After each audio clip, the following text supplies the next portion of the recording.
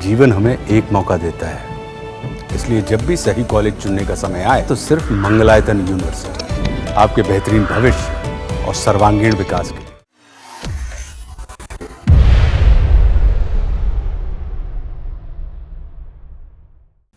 नमस्ते, स्वागत है आपका हमारे कार्यक्रम बेबाक विद आशुतोष झा में। देखिए, भारत पाकिस्तान सीमा के बीच अभी फिलहाल 5-6 दिनों से शांति है। पिछली बैठक हुई थी, उस सीज फायर की तिथि भी बढ़ा करके 18 तक कर दी गई। फिर बात होगी दोनों डीजीएमओ में, फिर चीज़ें कुछ आगे बढ़ेंगी। लेकिन ये कब तक चलेगा? तब तक चलेगा जब तक पाकिस्तान सुधरता नहीं।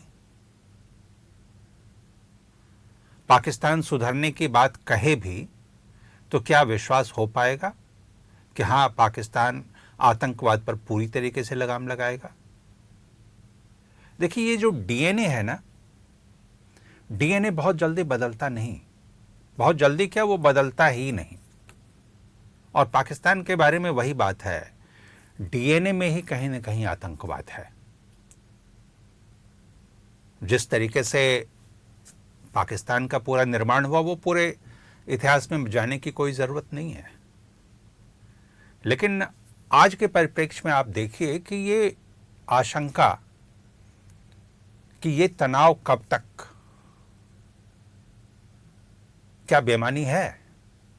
नहीं, इसके जड़ हैं। इस आशंका के कारण है भारत की सरकार की ओर से यह स्पष्ट कर दिया गया है कि भाई, जब तक आतंकवाद नहीं रुकेगा, भारत भी नहीं रुकेगा।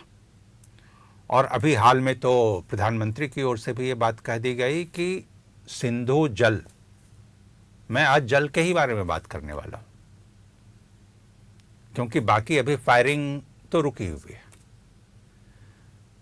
जल पर बात अभी अटकी हुई है। भारत की ओर से स्पष्ट कर दिया गया है कि सिंधु नदी का जल भारत अपने हितों के लिए यूज करेगा।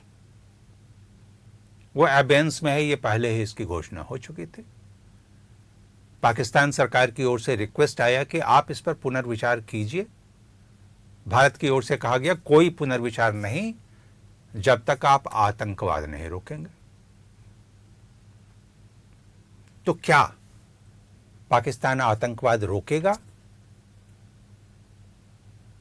देखिए, जल जिसे कई बार आप कह सकते हैं कि एक सॉफ्ट पावर के तरीके में ये यूज हो सकता है, ये सॉफ्ट नहीं है।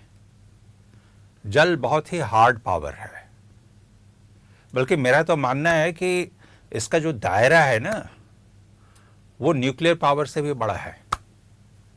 ये अभी न्यूक्लियर पावर की जो बार बार बात हो रही है ना, कि भारत पाकिस्तान दोनों न्यूक्लियर स्टेट हैं और इसीलिए भाई दोनों को बहुत सतर्क, वो तो एक अलग इशू है।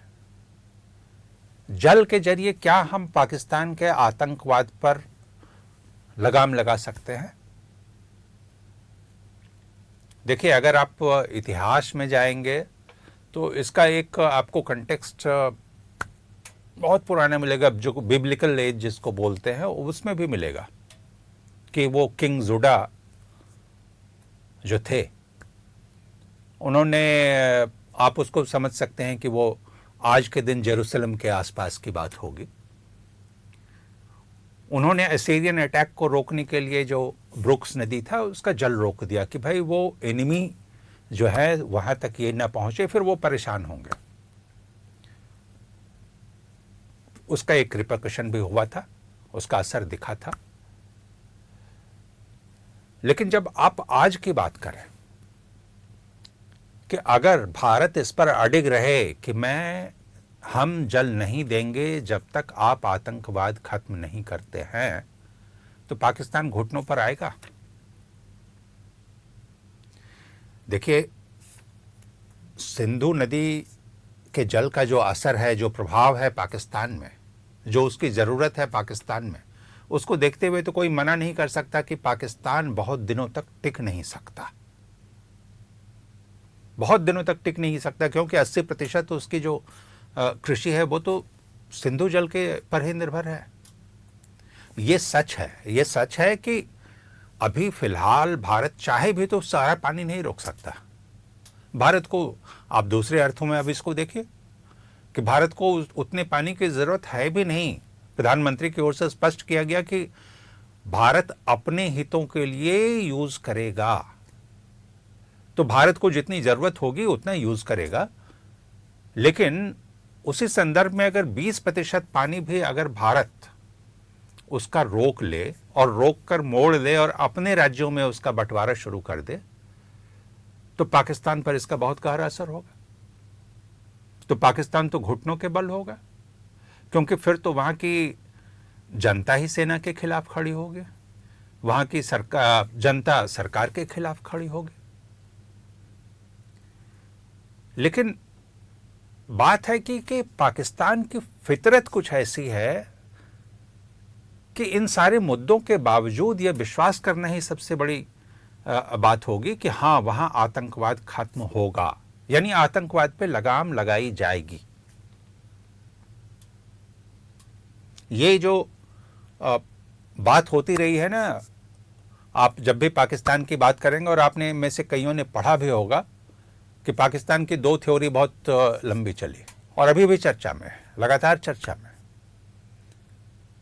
कि जब जुल्फिकार अली भुट्टो थे तो उन्होंने तो संयुक्त राष्ट्र संघ में जाकर के 1965 में घोषणा कर दी थी कि we will fight 1000 years wars against India.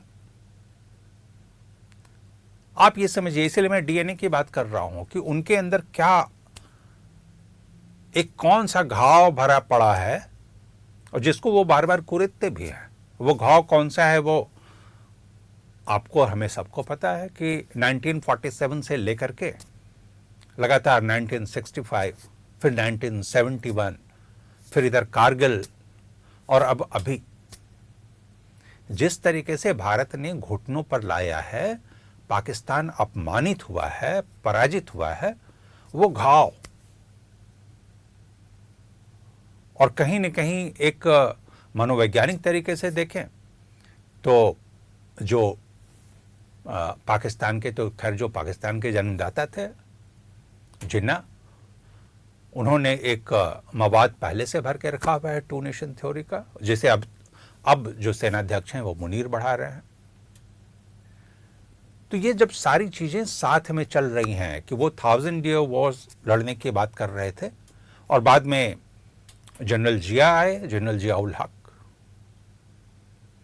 तो उन्होंने तो कह दिया कि will give 1000 cuts to India. अब ये जो है आतंकवाद जो है, ये उसी 1000 cuts की जो नीति जो बनाई गई पाकिस्तान में, और मैं नीति इसलिए बनाई गई पाकिस्तान में बोल रहा हूं कि बाकायदा मिलिट्री ट्रेनिंग में उन्हें बताया जाता है ये पाकिस्तान में, उसका असर है, उसका असर है कि इन्होंने परोक्ष रूप से आतंकवाद को बढ़ावा देना शुरू किया, क्योंकि उन्हें यह पता तो चल गया कि हम डायरेक्ट वॉर में इंडिया के साथ लड़ नहीं पाएंगे। तो ये 1000 cuts इसी तरीके से देने की बात हुई कि भाई पालो पोसो, प्रशिक्षित करो आतंकियों को और भेज दो। तो पानी के दबाव में आज के दिन पाकिस्तान जरूर दिखे, थोड़ा बहुत संभावना है, क्योंकि प्रधानमंत्री मोदी ने यह स्पष्ट कर दिया है कि हम तो डिगने वाले नहीं। जिस वर्ल्ड बैंक की बात पाकिस्तान किया करता था कि वो मध्यस्थता करेगा, वर्ल्ड बैंक ने स्पष्ट कर दिया कि हमारा कोई रोल नहीं, आप समझो। तो पाकिस्तान तक ये मैसेज है कि चीजें बदली हैं। वो गुजराल डॉक्ट्रिन अब भारत में नहीं चल रहा। वो गुजराल डॉक्ट्रिन जिसमें था कि भाई हमें नुकसान भी हो रहा है तो हो रहा है, बस पड़ोसियों से संबंध ही बनाओ, भले ही पड़ोसी हम पर ज्यादती करें। और उसे गुजराल डॉक्ट्रिन को जो है सो बाद में मनमोहन सिंह गवर्नमेंट तक फॉलो किया गया। मनमोहन सिंह गवर्नमेंट तक फॉलो किया गया, क्यों मैं बता रहा हूं, क्योंकि शर्मिल शेख में जब बात हुई तो मनमोहन सिंह ने मान लिया कि भाई बलूचिस्तान में, वो बलूचिस्तान जो पाकिस्तान से स्वतंत्रता चाहता है, आप अभी देख रहे होंगे पूरी लड़ाई के दौरान भी और आज के दिन भी आप देख रहे होंगे कि उनका हमला जारी है। तो मनमोहन सिंह ने मान लिया था कि भाई भारत ठीक है, उसे कहीं ना कहीं सपोर्ट करता है, हम नहीं देंगे। आपने मान लिया था। तो उस गुजराल डॉक्ट्रिन तो वो खत्म हो चुका। अब ये मोदी डॉक्ट्रिन है। अब ये मोदी डॉक्ट्रिन ये है कि भाई आप पड़ोसी हैं, हम सही है कि पड़ोसी बदल नहीं सकते, लेकिन बदतमीज पड़ोसी को हम बर्दाश्त भी नहीं कर सकते। ये नीति आई है। तो इस लिहाज से हो सकता है कि थोड़ा असर दिखे, पाकिस्तान दबाव में दिखे, लेकिन जो डीएनए है जो कभी बदलता नहीं, वो पाकिस्तान को भी बदलने देगा। पाकिस्तान इससे तौबा कर लेगा कि भाई अब नो मोर, अब हम आतंकवादियों को प्रशिक्षित नहीं करेंगे, अब हम आतंकवादियों को पालेंगे पोसेंगे नहीं। इसकी संभावना बहुत कम है। देखिए, मैं एक, हो सकता है बहुत आप लोग कुछ जानते भी हों, लेकिन आप थोड़ा सा ये समझिए कि किस तरीके से ये जो 1000 कट्स की जो नीति पाकिस्तान की थी, कैसे उन्होंने बेस बनाया था। यहाँ भेजना तो एक हिस्सा है, यहाँ से लोगों को तैयार करना, घर के अंदर भी कश्मीर के भी कुछ युवाओं को भड़काना, और इसे एक समझिए एक पेशेवर जो है मॉड्यूल तैयार करना, एक सिस्टम खड़ा करना, एक कॉर्पस फंड जैसा क्रिएट करना कश्मीर के अंदर, वो किया उन्होंने। और जिसमें बहुत सारे अलगाववादी नेता उनके साथ थे, क्योंकि वो भी पाकिस्तान और आईएसआई के फंड पे पल रहे थे। ये इसकी पक्की सूचना है, मैं जब बता रहा हूं आपको कि सैयद अली शाह जिलानी एक समय में कश्मीर के बहुत बड़े लीडर हुआ करते थे। आप याद कीजिए, he was a separatist leader. वो आईएसआई के इशारे पे काम करते थे। जब बुरहान वानी का पूरा आतंक वहां फैल रहा था, पूरे कश्मीर में हाय तौबा मची हुई थी, पत्थरबाजी और अलग अलग आंदोलन चल रहे थे, और महबूबा मुफ्ती उस समय में मुख्यमंत्री थी, उन्हें जाना पड़ा सैयद अली शाह जिलानी के शरण में। दोनों के बीच एक समझौता हुआ और उसमें सैयद अली शाह जिलानी ने अपने पोते को सरकारी नौकरी में घुसाया, गेजेटेड लेवल के।